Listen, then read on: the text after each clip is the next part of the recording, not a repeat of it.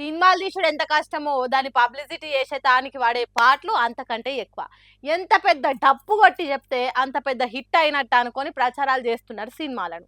కాకపోతే కాసింత అద్దులు అదుపులు లేకుండా పోతున్నది ఈ ప్రమోషన్ కథలు. ఏందిరా ఇది? తెలుగు సినిమాను ఎటు తీసుకుపోతున్నారా? నీ ప్రమోషన్స్కు అగ్గిదాలుగా సినిమాలు 10 మందికి తెలవాలని ఇగిసొంటి బూతు పాటలు వాడేంద్రా అయ్యా. ప్రపంచ వేదిక మీద ఆస్కార్ తీసుకున్నదిరా తెలుగు సినిమా. దాని ఇజ్జత్ దియకరా బాబు. టీవీ సీరియల్ యాక్టర్ ప్రభాకర్ కొడుకు చంద్రహాస్ అనే ఈ మోతెవారి బరాబర్ ప్రేమిస్తా అనే సినిమాలో యాక్టింగ్ చేసిండట. ఆ సినిమా ప్రమోషన్ కోసం పెట్టిన ఈవెంట్ల బూతుల పాట వాడుకుంటే వీళ్ళిచ్చిండు. ఇక దీని మీద పబ్లిక్ ఇట్లా వాడేటానికి సిగ్గుండాలి. అవి బూతులా లేకుంటే బుర్రలేని కథలా అన్నట్టు పొట్టు పొట్టు తిడుతున్నారు. గింత గలీజ్ గారు తయారైతుండేంద్రా? చిల్లర పాటలు వాడుతున్నారేంద్రా? మీరు సినిమా తీస్తుండ్రా లేకుంటే షిచోరా పనులు చేసిండ్రా అన్నట్టు సోషల్ మీడియాలో పొట్టు పొట్టు కామెంట్లు పెడుతున్నారు. ఇంత గలీజ్ పాట వాడుతుంటే ఆ సభలున్నందుకు సిగ్గుపడుతున్నా అన్నట్టు సినిమా హీరో జేడి చక్రవర్తి చెప్పిండు. ఇదే ముచ్చట మీద జర్నలిస్ట్ వేముల అశోక్ కుమార్ అనే అన్న గూలు దేలు ఏంద్రా ఆ పాట వాడి సమాజానికి ఏం చెప్దామనుకుంటున్నావురా అన్నట్టు వీడియో తీస్తే అతగాడేదో ఉద్ధారకం పని చేసినట్టు ఇంకెవ్వరు చేయని పని ఆ మహానుభావుడు చేసినట్టు అశోక్ కుమార్ అన్నకు వార్నింగ్ ఇచ్చిండు. మెయిన్గా అశోక్ కుమార్ వేముల, నీకు 24 hours టైం ఇస్తున్నా. నువ్వు గనక నాకు 24 hours అపాలజీ నీ నుంచి రాలేదనుకో, దీన్ని నేను ఎక్కడ ఎస్కలేట్ చేయాలి, ఎంత చేయాలో నేను అసలు ఇంతవరకు నా లైఫ్లో నేను ఒక మీమర్ కానీ ట్రోలర్ కానీ లేకపోతే నా మీద వాడిన వర్డ్స్ కానీ ఎప్పుడు కూడా నేను రియాక్ట్ అవ్వలేదు. అంటే బాధ ఎక్స్ప్రెస్ చేయలేదు, ఎక్కడ ఏ సింపతి కోరుకోలేదు, లేకపోతే కంప్లైంట్ అనేది కానీ రచ్చ కానీ ఏం చేయలేదు. It is not criticism, it was degradation, defamation, insults. నీకుందిరా రే, నేను ఆల్రెడీ మాట్లాడుతున్నా లాయర్లతో. అరే ఇప్పుడు ఎట్లా? అశోక్ అన్న గజగజ వనకాలనా?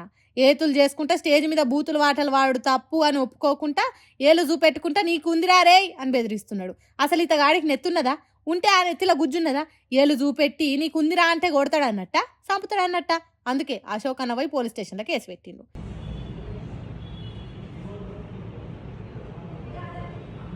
పోలీస్ సార్లు ఈ సొంటోళ్ళని ఇడిచిపెట్టొద్దు. బూతులే నీతి సూత్రాలు అన్నట్టు, బూతులే ఫ్యాషన్ అన్నట్టు పాటలు వాడు కాదు, నేను చేసిన రైటే అన్నట్టు మాట్లాడి దాన్ని తప్పు అన్నోళ్ళని ఏలు పెట్టి చూపెట్టి బెదిరిస్తున్నాడు. జర గట్టిగా అరుచుకోండి సార్లు, లేకుంటే రాబోయే కాలంలో సినిమాలు బూతులతో నిండుతాయని కోరుతున్నారు 2 తెలుగు రాష్ట్రాల పబ్లిక్. పెద్ద పెద్ద సభలు పెట్టి లీడర్లు మాట్లాడుతుంటే జనం జేజేలు కొట్టుకుంటా, ఈలలు వేసుకుంటా, సప్పట్లు జరుచుకుంటా, ఎగురుకుంటా, దుంకుకుంటా ఎంజాయ్ చేస్తారు, శ్రద్ధ పెట్టింటారు. మా లీడరు మా కోసం ఏం చేసిండు, ఇంకేం చేస్తానని చెప్తాడు అన్నట్టు చెవులు రిక్కిచ్చింటారు. కానీ సీఎం రేవంత్ రెడ్డి సార్ సభల ఒక్క క్షణం కూడా కూసమన్నట్టే వెళ్ళిపోతున్నారు వీళ్ళు.